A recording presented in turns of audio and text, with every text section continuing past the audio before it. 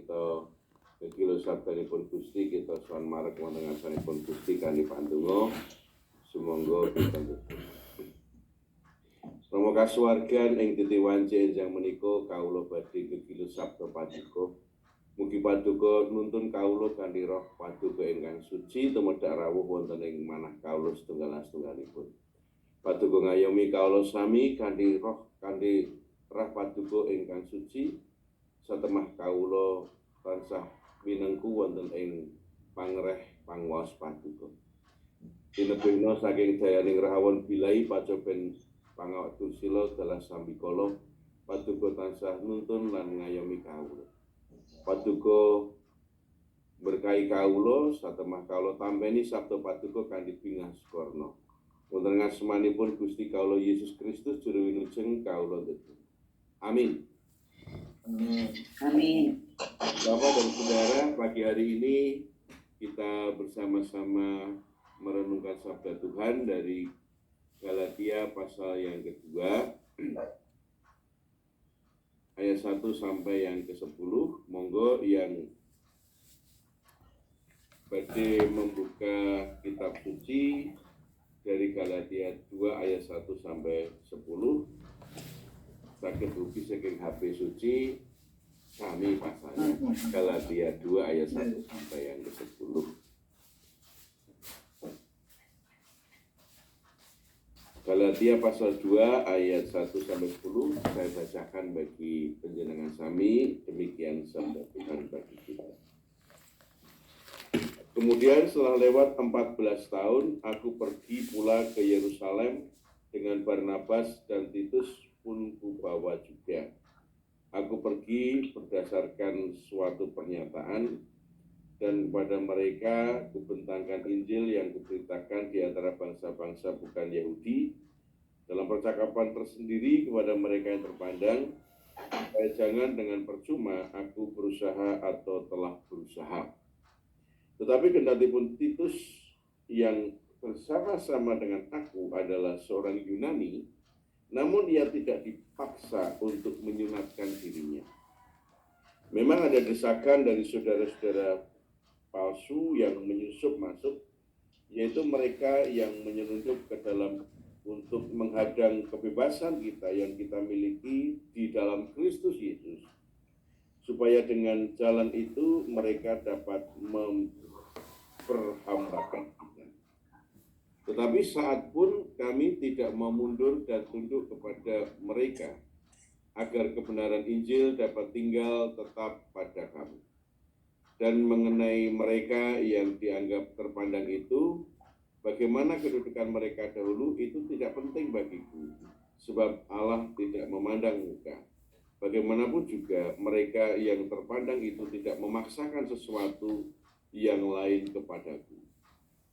Tetapi sebaliknya, setelah mereka melihat bahwa kepadaku telah dipercayakan pemberitaan Injil untuk orang-orang tak bersunat, sama seperti kepada Petrus untuk orang-orang bersunat, karena ia yang telah memberikan kekuatan kepada Petrus untuk menjadi rasul bagi orang-orang bersunat, ia juga yang telah memberikan kekuatan kepadaku untuk orang-orang yang tidak bersunat. Dan setelah melihat kasih karunia yang dianugerahkan padaku, maka Yakobus, Kefas, dan Yohanes yang dipandang sebagai sokot guru jemaat berjabat tangan dengan aku dan dengan Barnabas sebagai tanda persekutuan, supaya kami pergi kepada orang-orang yang tidak bersunat dan mereka kepada orang-orang yang bersunat. Hanya kami harus tetap mengingat orang-orang miskin, dan memang itulah yang sungguh-sungguh usahakan melakukannya. Demikianlah Ibu Bapak dan Saudara yang terkasih, sabda Tuhan. Berbahagialah kita yang senantiasa merenungkan dan juga melakukan sabda Tuhan. Puji Tuhan, haleluya, amin. Haleluya. Sebengjang Eyang Kakung yang putri sedaya, Jawab. Ki sedaya tansah binerkahan kinanti ing Gusti lan ugi saged ngraosaken kabingahan wonten ing titi wali samangke awit kita sami saged ngraosaken doa jumpa Jumat pagi. doa Jumat pagi. Mila kita sakit sarengan Adiswo seklasis GKJ Jakarta bagian timur. Niku giliran Bekasi nggih, sak lajengipun mengke giliran pundi nggih? Urut abjad nggih. Bekasi, Bambu Kuning, Bekasi Timur, Mandirian. iki mangke ngrawuh sangsaya danu sangsaya kathah. Ya nyuwun pangapunten niki kebablasan basa Jawa kasihan Pak Samdendang nanti. Ya saya ubah nggih bahasa Indonesia nggih Bapak Ibu nggih. Biar Pak Samdendang dan Pak Yunus juga bisa mendengar. Bapak Ibu dan Saudara, pertanyaan saya begini. Panjenengan pirsa tahun berapa GKJ menerima pertama kali perempuan bisa menjadi pendeta? Menjadi majelis. Ada yang pirsa tahun berapa? Sidang sinode keberapa itu? Tahun berapa? Jadi, Desudi? Lupa Pak. Iya, betul. Emeritus. Jadi pada masa lalu pernah ada fase di mana perempuan tidak boleh menjadi pendeta. Lalu tahun sidang sinode berapa saya lupa juga. Tahunnya itu saya ingat 1960. 1960 itu dalam persidangan sinode yang berdebat keras, akhirnya diputuskan pendeta wanita perempuan bisa menjadi. Nah, itu adalah contoh yang pertama. Yang kedua, Bapak Ibu Saudara, pertanyaan saya, kapan warga jemaat yang belum menikah boleh menjadi majelis gereja? Nah, kalau yang ini masing-masing gereja berbeda-beda Bapak Ibu, tetapi yang jelas ada fase pada waktu dulu. Pada masa saya masih ingat waktu itu di Wonogiri gitu ya, bahwa yang belum menikah belum boleh menjadi majelis. Tapi sekarang sudah berkembang karena ada kebutuhan, misalnya pendamping pemuda, pendamping remaja, pendamping anak itu tidak harus menikah terlebih dahulu. Bapak Ibu dan Saudara, inilah yang disebut dengan Ecclesia Reformata Semper Reformanda S, bahasa Jawa kuno niki, bahasa Latin, yaitu bahwa GKJ adalah bagian dari gereja pembaharu yang terus-menerus diperbaharui. Jadi kita melihat ada perkembangan-perkembangan yang baru dan itu sesuatu yang lumrah terjadi dalam gereja. Seperti tadi, dulu tidak boleh menjadi pendeta, sekarang perempuan boleh. Dulu majelis yang belum menikah nggak boleh, sekarang juga boleh. Ada perkembangan-perkembangan yang terjadi di tubuh GKJ. Tetapi tradisi-tradisi yang lama tetap dipertahankan. Nah itu hebatnya GKJ. Karawitan yang masih ada, Panem Bromo yang masih ada, Ketopraan yang masih ada, Punokawan yang masih ada. Tetapi di samping memelihara tradisi yang lama, juga terbuka dengan perkembangan-perkembangan yang baru.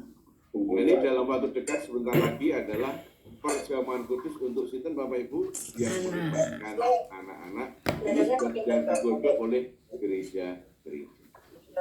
Nah, saudara-saudara yang terkasih, perkembangan gereja perubahan itu sudah sejak zaman Paulus dulu terjadi. Jadi pada masa awal gereja perdana itu ada keyakinan di antara umat, termasuk para rasul, bahwa yang berhak mendapatkan keselamatan hanya orang-orang keturunan Israel. Hanya orang-orang bersunat, orang-orang Yahudi kan bersunat. Hanya orang-orang bersunat yang boleh ikut Yesus, yang bisa mendapatkan keselamatan. Dan itu dipegang teguh termasuk oleh Petrus dan rasul yang lain. Sampai pada suatu ketika Petrus bertemu dengan Cornelius, orang Romawi, yang bukan orang bersunat atau bukan orang Yahudi, yang bangsa asing. Lalu kemudian Tuhan katakan apa yang aku halalkan itu menjadi halal. Dan kemudian yang terjadi, terbukalah pikiran para rasul, termasuk Petrus dan juga Paulus, bahwa orang-orang yang tidak bersunat, orang Yunani dan orang-orang sekitar Asia itu juga punya hak untuk dibaptis, mendapatkan keselamatan dalam Yesus. Jadi ini sebuah perubahan yang besar. Sama seperti perempuan tadi itu bisa jadi pendeta. Perubahan besar, dan itu pertentangannya cukup keras. Sampai di Kisah Para Rasul pasal 15 ada persidangan pertama yang memutuskan bahwa ternyata orang-orang yang non-Yahudi yang tidak bersunat juga boleh beroleh keselamatan. Dan kemudian diutuslah Paulus khusus untuk memberitakan Injil kepada orang-orang yang tidak bersunat. Orang-orang Yunani tidak bersunat. Padahal Bapak Ibu dan Saudara, di berbagai gereja, termasuk di Galatia ini, ada penyusup-penyusup, yaitu orang-orang Yahudi yang sudah menjadi Kristen, yang memaksakan sunat kepada orang-orang non-Yahudi yang menjadi Kristen. Tapi Paulus tegas, dan juga para rasul akhirnya juga menerima bahwa orang-orang yang non-Yahudi yang masuk Kristen tidak harus disunat. Karena yang menjadi keselamatan adalah percaya pada Yesus dan dibaptis. Sunat itu silahkan dilakukan oleh orang Yahudi, monggo, tapi jangan paksakan kepada orang non-Yahudi. Kalau zaman sekarang kan sunat itu tidak menyelamatkan. Tapi kita boleh menyunatkan anak cucu nggak apa-apa, tapi pertimbangan kesehatan, pertimbangan higienis, bukan pertimbangan iman. Nah, itu yang membedakan dengan zaman sekarang. Nah, Bapak Ibu dan Saudara yang terkasih, yang menarik adalah ketika Paulus, Titus, Barnabas ke Yerusalem. Jadi kayak kantor sinodenya lah itu ya. Di Yerusalem ada Petrus, Yohanes, Yakobus yang menjadi soko guru. Yang menarik, Titus yang adalah orang Kristen Yunani tidak dipaksa untuk sunat. Nah, berarti sudah maju nih. Para rasul ini sudah maju. Karena apa? Tidak memaksakan Titus untuk bersunat. Artinya bahwa mereka semua menjaga kemurnian iman, bahwa hanya percaya kepada Yesus itu sudah cukup. Dan sunat itu jangan dipaksakan karena itu tradisi Yahudi.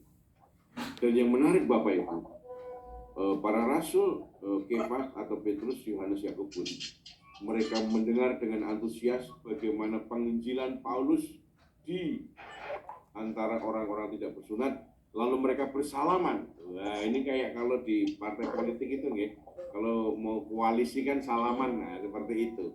Jadi salamanlah antara Paulus dengan tokoh-tokoh gereja waktu itu, dan itu menunjukkan bagaimana semua sepakat bahwa tidak membeda-bedakan asal daerah, tidak membeda-bedakan satu dengan yang lain, karena semua sama di dalam Kristus. Pada akhirnya Bapak Ibu, di dalam Galatia 3 ayat 28 itu dikatakan demikian. Ini Paulus menegaskan, dalam hal ini tidak ada orang Yahudi atau orang Yunani, tidak ada hamba atau orang merdeka, tidak ada laki-laki atau perempuan, karena kamu semua adalah satu di dalam Kristus Yesus.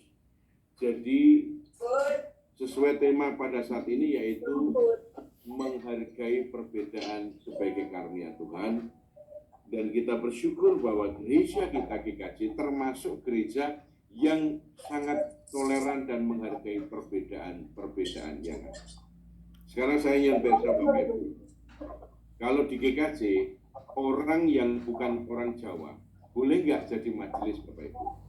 Boleh Pak. Boleh nggak? Orang Batak boleh, orang Ambon boleh, orang Manado boleh nggak? Boleh Pak. Sudah sangat maju firman Tuhan ini dilaksanakan. Tidak ada Yunani, tidak ada Romawi, tidak membedakan suku bangsa. Yang kedua, apakah duduknya pria dan perempuan dipisah napa mboten Bapak Ibu? Sama Pak. Boleh jajaran nggih? Boleh Pak. Nah, artinya tidak ada pembedaan antara laki-laki dan perempuan. Perempuan. Yang apa namanya tapi biasanya yang repot dikonsumsi itu laki-laki atau perempuan Bapak Ibu? Perempuan. Yang ngurus anak laki-laki atau perempuan? Perempuan. Yang ngurus dapur laki-laki atau perempuan? Perempuan.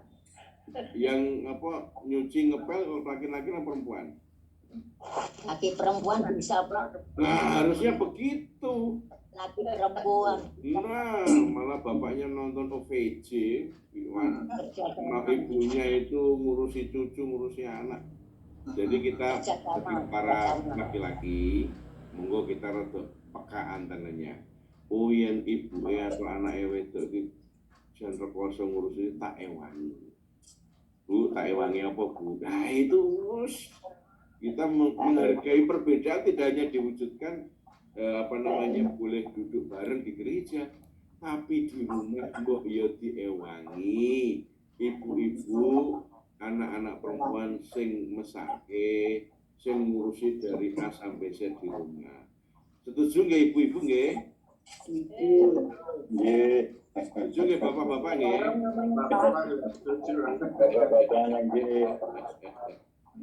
Ya, itu soal perempuan laki-laki, soal asal daerah oke. Sekarang pertanyaan ketiga, yaitu tidak ada budak orang merdeka. Itu artinya zaman dulu ada budak, ada orang-orang yang tidak menjadi budak. Itu soal status sosial, kaya miskin. Pertanyaan saya, dalam hal ini, apakah kita sudah menghargai perbedaan yang kaya dan yang miskin atau belum? Di kalangan adius, seklasis. Sampun apa dereng Bapak? Nah, puji Tuhan kalau sampun. Tapi panjenengan titeni ya, mana yang lebih kita hormati, sing sugih napa sing larat? Jujur mawon. dari Pak. Mestinya adalah semua kita pandang sama. Kadang-kadang tanpa sadar kita nyedak-nyedak ngobrolin sama sing sugih. Sementara sing anyaran wis mungkin balungan cilik kan, ada balungan gede, balungan cilik kan lagunya kan itu ya. Ya suara digagas itu. Makanya kemudian yang kurang mampu jadi minder, nggak mau ikut ke persekutuan karena apa? Karena kita kurang merangkul mereka. Tetapi itu di tempat lain. Kalau di Klasis Jakarta bagian timur, saya akui jempol, kita itu ngerengkuh. Sing sugih sing melarat direngkuh kabeh. Tidak membeda-bedakan karena tidak membedakan status sosial satu dengan yang lain. Cara ngomongnya kadang-kadang beda loh. Pak monggo keaturan pinarak ngaji loh. Kalau sama yang miskin, oke monggo pinarak mepet monggo. Pados panggenan piyambak pundi monggo. Mereka nggih saged poso nggih saged. Tapi kalau sing sugih, monggo Pak keaturan Pak, monggo. Soalnya donaturnya gede. Hati-hati, jangan terjebak pada materi bahaya itu. Jujur kalau kita itu beda-beda kayak mantung duitnya bahaya itu. Karena kita tidak lagi menjadi gereja yang murni. Jadi soal asal daerah menghargai perbedaan, saya yakin oke. Tidak membeda-bedakan Jawa dan Jawa. Soal perempuan laki-laki juga GKJ sangat maju sekali. Perempuan jadi majelis juga perlu. Yang ketiga adalah status sosial. Ini yang perlu kita perbaiki. Cobalah kita pasang antena tinggi-tinggi kalau persekutuan sing ketoke minder, ketoke mungkin melarat, segera kita dekati. Segera kita ajak ngobrol rangkul. Nah, itu justru seperti Yesus tidak mencari orang yang yang tidak berdosa tapi justru merangkul orang berdosa. Demikian juga kita mencari bukan hanya orang yang kaya tapi orang yang miskin pun kita rangkul. Bapak Ibu dan Saudara, kita harapkan GKJ Jakarta bagian timur itu bisa melayani tanpa diskriminasi. FKKA maupun gereja-gereja melayani tanpa diskriminasi. Nah, sing lemu, sing guru ya dilayani, sing sepuh yang muda dilayani. Pernah mendengar Mahatma Gandhi ya ceritanya Bapak Ibu? Mahatma Gandhi itu sangat suka dengan Injil, sangat senang dengan Yesus. Sampai suatu ketika dia hampir memutuskan untuk masuk Kristen dari Hindu. Dia datang ke gereja orang kulit putih. Ketika dia mau masuk, dia ditolak. Dia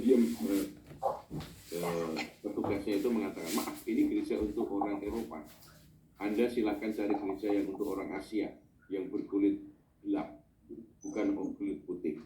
Sesudah itu, Mahatma Gandhi dia bilang begini, saya sangat suka dengan kekristenan, saya sangat cinta pada Yesus dan ajarannya, tapi saya tidak suka dengan pengikutnya. Ya karena diskriminatif.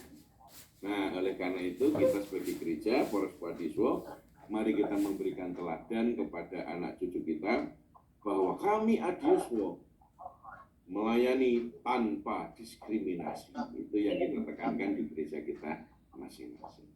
Sebagai akhir renungan, saya ajak kita untuk melihat satu video Bapak Ibu, supaya Adiuswo di Klasis Jakarta Timur semakin kompak melayani tanpa diskriminasi dan semakin kuat.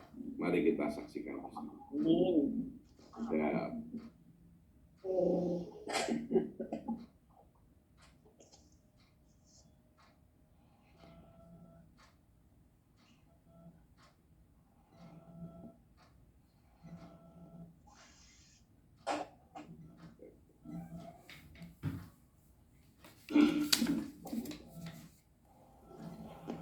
Tinggal ya Bapak Ibu ya.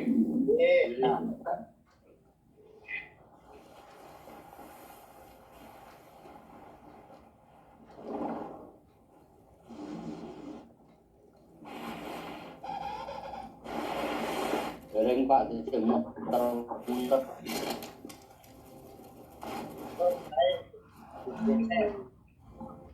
Kayaknya biasa. You know what's gotta be done. Move it, move it, move it. Hey, they're out the pain. They're falling behind. Come on, let's go. Everyone move together. We've got a threat to our hands. You. Hey, here we go.